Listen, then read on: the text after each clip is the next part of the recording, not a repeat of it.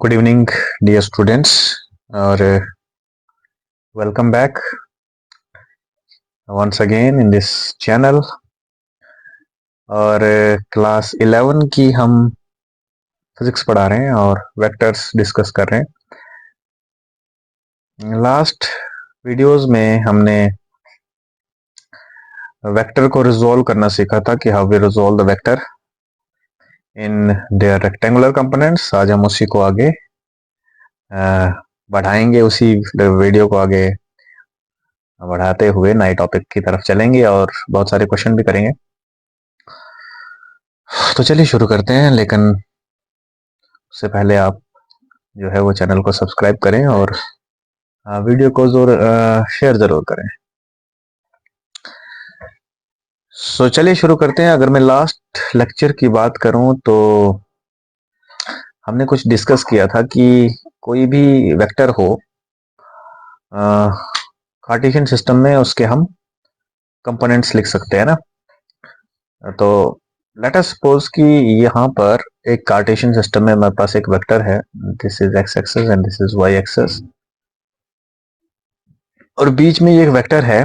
Late this vector is called, मैं इस vector का कुछ नाम रख लेता हूँ, this is called as r vector. ठीक है, अब हमने क्या करना है, इस वेक्टर के दो कंपोनेंट बना लेने ना। So I can write this vector as, इसका horizontal component x component that is your r x component है, एंड इसका जो वर्टिकल कंपोनेंट है that is y component that is called as y component. ये हमने ऑलरेडी डिस्कस किया हुआ है, तो आपको याद है कि हम जो है यहाँ से आर वेक्टर को क्या लिख सकते हैं, we will write r vector as, so we will write r vector as rx plus ry है ना, x component plus y component. So थोड़ा सा अगर आप इसको और डिटेल, थोड़ा और ज्यादा अच्छा लिखना चाहते हैं तो you can write it as r x i cap plus r y j cap है ना। इट मीन्स आर एक्स इसका एक्स कंपोनेंट है, एक्स कंपोनेंट का मैग्नीट्यूड है, एंड आर वाई इसका वाई कंपोनेंट का मैग्नीट्यूड है। सो ये हमने ऑलरेडी डिस्कस किया, ये चीज आपको पता है। मैं यहाँ पर एक्चुअली में इस r का मैग्नीट्यूड निकालना चाहता हूँ, what is the value of magnitude of this vector है ना। सो योर r वेक्टर का जो मैग्नीट्यूड होगा ना, तो जाहिर सी बात है, हमने शुरू से पढ़ा है कि किसी भी वेक्टर का मैग्नीट्यूड उसका लेंथ होता है ना, it means length of r है ना। इस r की लेंथ निकालनी है ना, तो लेट अस सपोज कि this point is o, this is a, this is b। Okay, so if this angle is 90 degree, it is a right angle triangle OAB. So your length of r is nothing but OB। तो मुझे OB find out करना है, तो by Pythagoras theorem PGT use करेंगे तो OB का square is equal to OA square plus AB square. So यहाँ से OB कितना आ जाएगा, OB is nothing but under root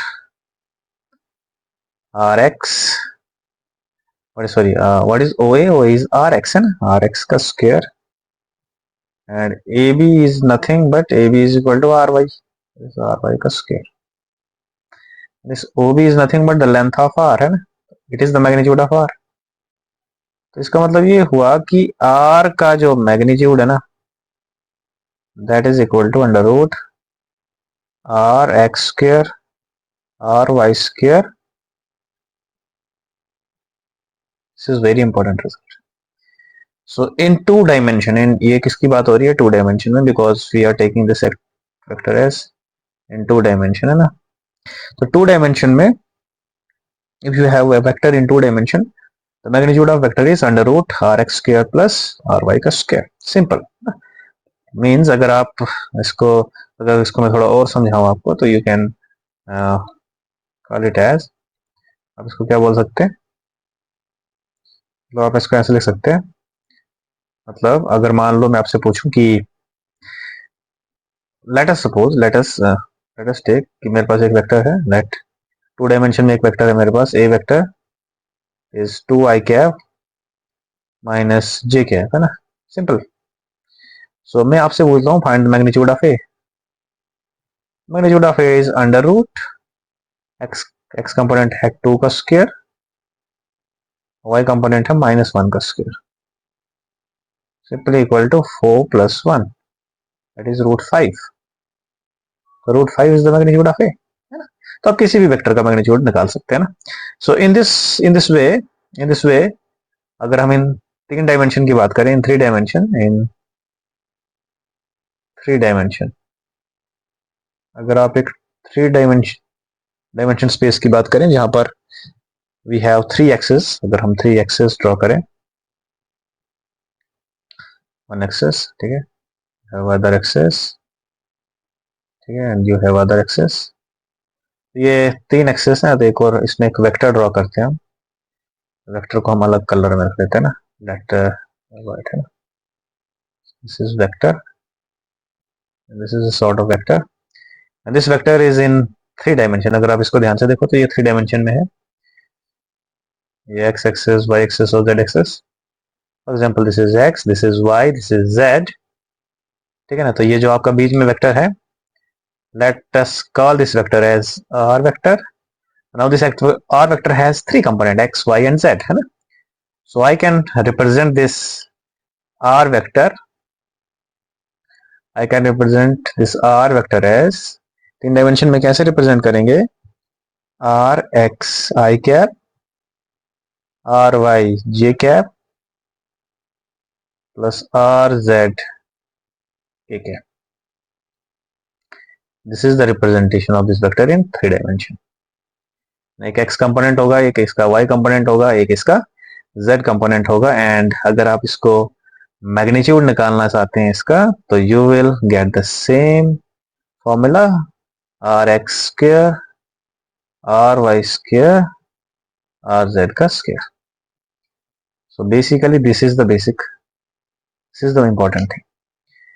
सो यहां पर मैं आपको यह बताना चाहता था कि अगर आपका कोई वेक्टर दिया है कंपोनेंट फॉर्म में, कार्टेशियन फॉर्म में, तो हम उसका मैग्नीट्यूड कैसे फाइंड करते हैं ना। एक एग्जांपल मैं आपको बता देता हूं। जैसे मान लो मैं आपसे बोलता हूं कि we have a vector that is 2i cap -3j cap plus k cap. So your question is find magnitude of a। Simple, magnitude of a is equal to under root x component, y component, z component का square. What is x component, 2 square plus -3 का square plus 1 का square. So it doesn't matter, it is 4 plus 9 plus 1, that is under root 40. As simple as that, and this is root 14 is the answer. Clear है बात, पता चला आपको what is the meaning of this thing। अब इसमें एक question आपसे ऐसे ऐसे पूछ सकते हैं, मतलब आपसे ऐसे पूछा जा सकता है कि एग्जांपल ले लेते हैं आपकी। So let us take an example,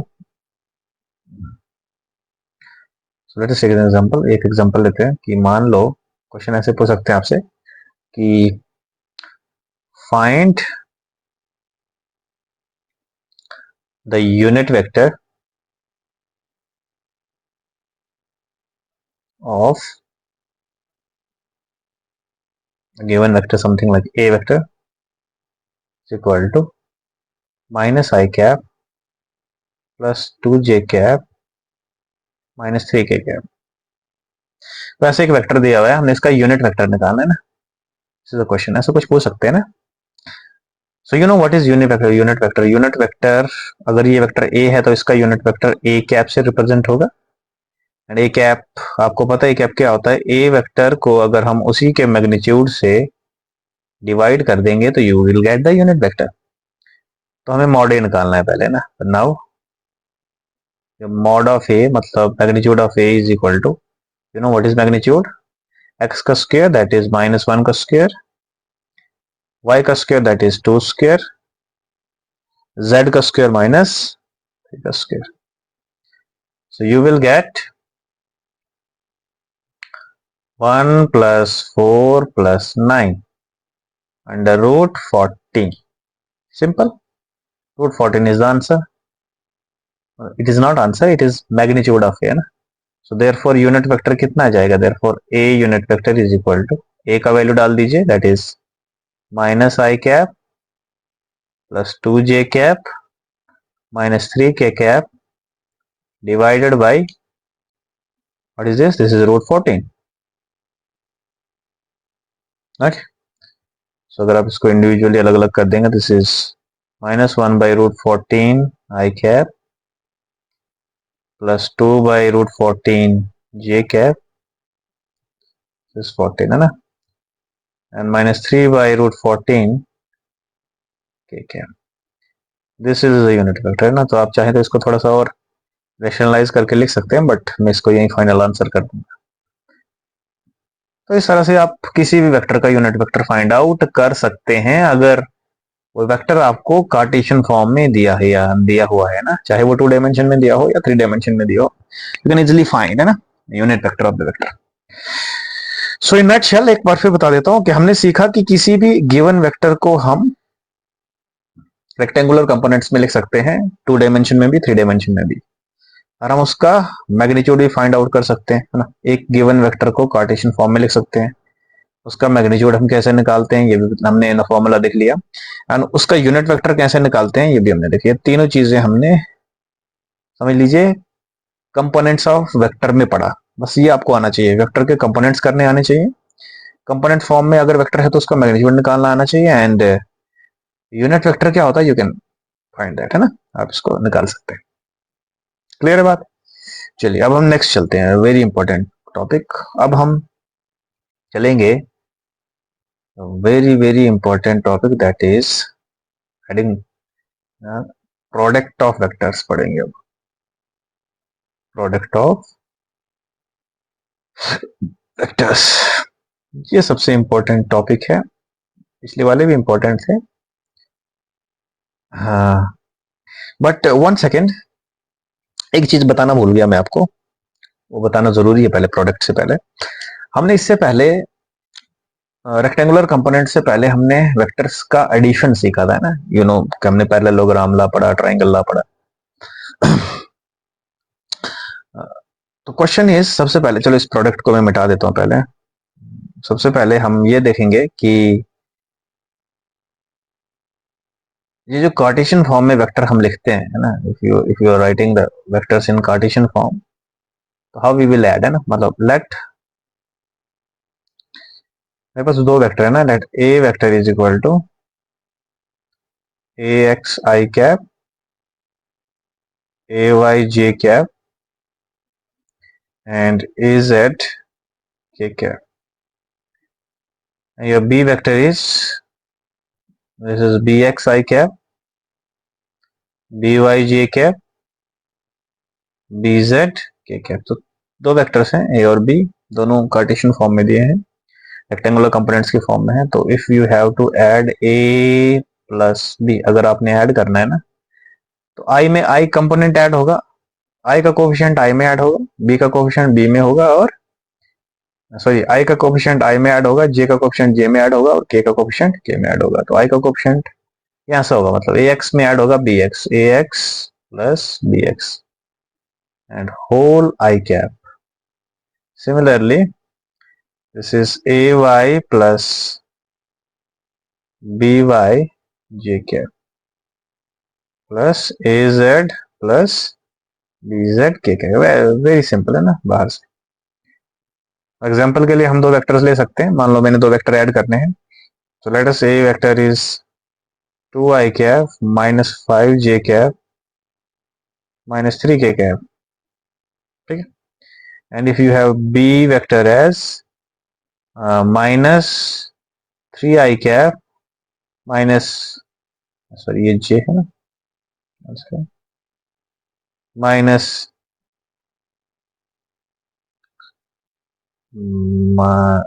minus j cap and plus 7k cap, है ना।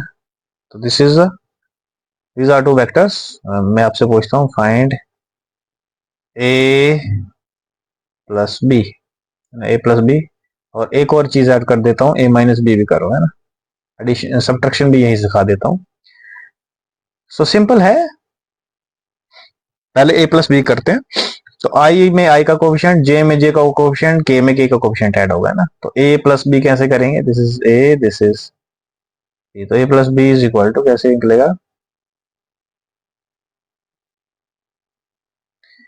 ए प्लस बी कैसे निकलेगा, देखो आई का कोफिशिएंट है यहाँ पे 2, यहाँ पर -3, तो 2 - 3 आई कैप, ठीक, प्लस -5 -1 -5 -1 जे कैप, यहाँ पर -3 + 7 k cap, okay, so 2 - 3 that is minus i cap, -6 j cap, 7 - 3 is 4, plus 4 k cap, answer, this is a plus b, ठीक है। और अगर आपको a माइनस बी करना है, if you want to a minus B,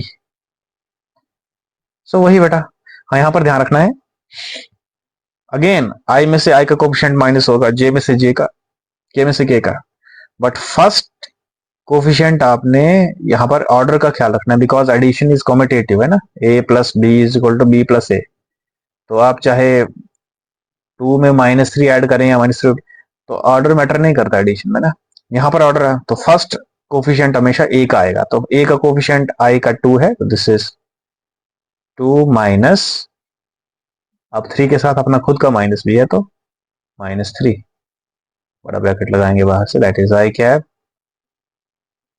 plus J में देख लो, जे में क्या है, जे में -5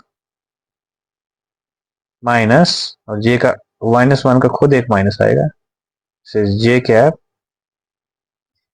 और के कैप के केस में क्या आ जाएगा, अगेन -3 -7 के कैप है ना। आई होप आप समझ पा रहे हैं मैं क्या बोल रहा हूँ ना।